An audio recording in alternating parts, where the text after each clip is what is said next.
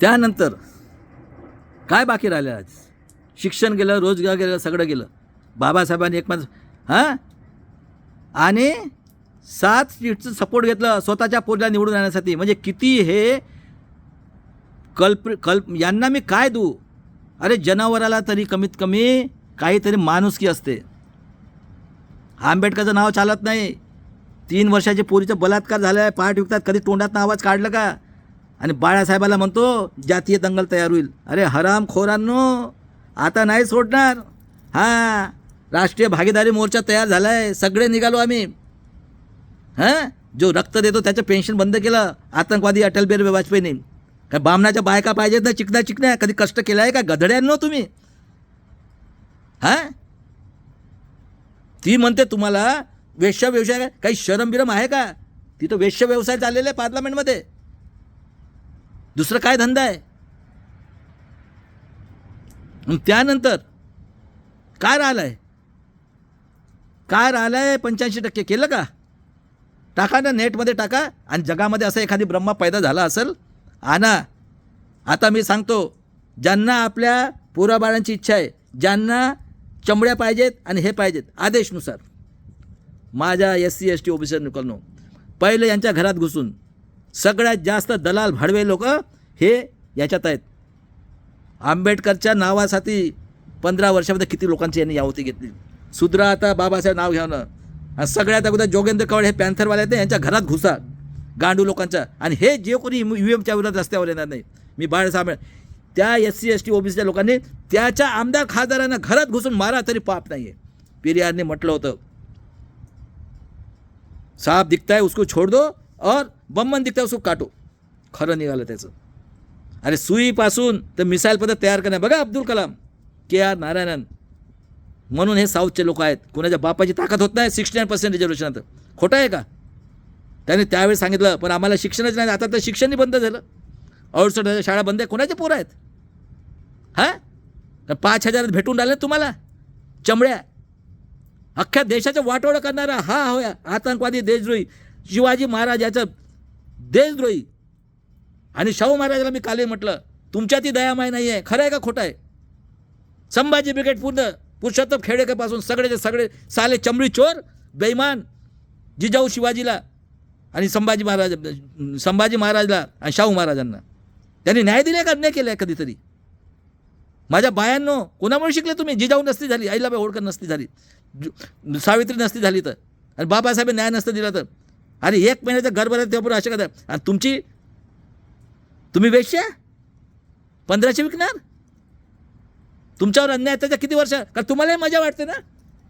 ज्या बायाच्या घरात सगळं काही आहे त्यांना तेच पाहिजे ना, आणि ते मुसलमानाचं पाहिजे त्यांना शांतीसाठी. वेश्या व्यवसाय चाललाय लोकशाहीच्या नावाने. आहे का जगात असं कुठं?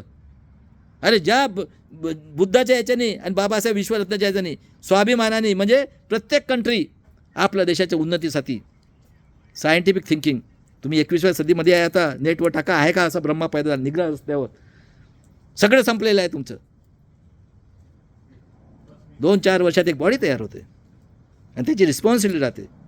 त्या देशातलं सगळ्यात अगोदर एज्युकेशन, वास्तव्यवादी म्हणजे सायन्स, टाईम म्हणजे मॅथमॅटिक्स. बघा, आहे का काही कॅल्क्युलेशन वॅल्क्युलेशन आहे काही? एवढे अत्याचार अन्याय झाल्याने म्हणतात शिवाजीच्या अवलाद आम्ही जिजाऊची अवलाद. अरे शरम नाही? तुम्ही हरामखोरांनो, तुम्ही देशद्रोही लोक आहात. त्यांनी न्याय केलं का? नाही केलं. 4 वर्षाच्या पोरीवर बलात्कार होते. बघा, शिवाजी महाराज इथे कल्याणची पोरगी आणली तर कापून काढलं. खबरदार जर हात लावाल तर. आणि आज शेतकऱ्यांसोबत देशद्रोही. त्यानंतर बघा महाराष्ट्रात आज काय बाकी राहिलेलं आहे? STवर तुम्ही अन्याय करता 85 पासून 40 वर्षापर्यंत. आहे का जगात असं कुठं? त्या मराठ्यांपेक्षा, आतंकवादी लोकांपेक्षा, देशद्रोही लोकांपेक्षा आम्ही काय पुढारलेलं? 50चा प्रूव्ह करा. कोण होता त्यावेळेस? कोण होता? हा चमडी चोर होता ना, शिवाजीचा देशद्रोही. आणि हे मराठ्याच्या लोकांना तुम्ही स्वप्न पाहत होते का आमच्या हे करायला? अरे त्यांनी कोणाला सोडलेलं नाही आहे. संभाजीसारख्या माणसाला नाही सोडलं, पण तुम्हाला शरम नाही आहे. तुम्हाला शरद पवारचं गू आणि शरद पवारला आमचं गू खायचं लागलेलं आहे. परत त्याला चमड्या पाहिजे. आणि जेवढे काही संभाजी ब्रिगेड सगळे साले चमडी चोर आहेत, देशद्रोही आतंकवादी म्हणतो आज तुम्हाला. Corporate sector, judicial, bureaucracy, press, media, आणि हे वेश्य व्यवसाय चाललेला आहे इथं. जय भीम म्हणायला बॅन लावला. बाबासाहेबाला 78,000 मतं मिळाली. तो नड्डाच सांगतो. हां, किती अन्याय अत्याचार करणार.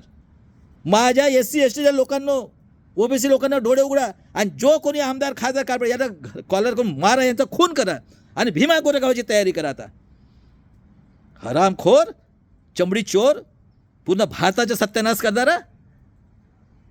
आणि संभाजी ब्रिगेड काय राहिलं बाकी आता.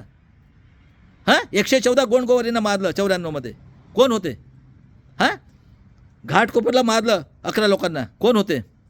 खैलराजी कांड, गुप्तांगूमध्ये 2 बाईच्या पुरामध्ये. अरे काही आहे का गधड्यांना तुम्हाला शरम बिरम? आणि आदर्श गावात बक्षीस देता? बोललं का एखादी? 2-3चं कांड करायला त्या आतंकवादीने त्याने गोपीनाथ मुंडेला मारलं, जज लोयाला मारलं. तो बिचारा आत्ता सुटला भट 27 वर्षानंतर. आणि ती बाई बघा, ती आहे जिजाऊची असली औरत.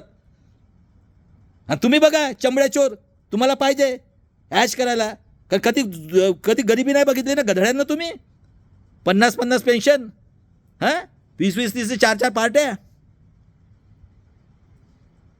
संजीव भटची बायको नाही आहे ती होय खरी जिजाऊ. 27 वर्ष लढली बिचारी. आणि याला जजला मारलं. कोण होय मारणार? हा हेमंत करकरला मारलं. आणि तो काल आला होता भोसडीचा हरामखोर कदम. तो चापलुसी करायला चिकण्या बायका भेटतात ना, सगळे साले हे चमडी चोर लोक आहेत. घराणेशाही, पेशवाई, घराणेशाही, पेशवाई आणि त्यानंतर राजेशाही. देशद्रोही साले हरामखोरांनो. अरे त्यांनी काही नसतं तुम्हाला तर मिळालं असतं का? कोणी कष्ट केलं? एखादी जण आहे काय? शाहू महाराजांनी एवढी मोठे केलं त्याला मारून टाकलं आहे का? एखादी अवलाद ज्योतिराव फुलांनी दिलं म्हणून माझ्या पोरीनं तुम्ही शिकल्यात. यांना शरम नाही आहे.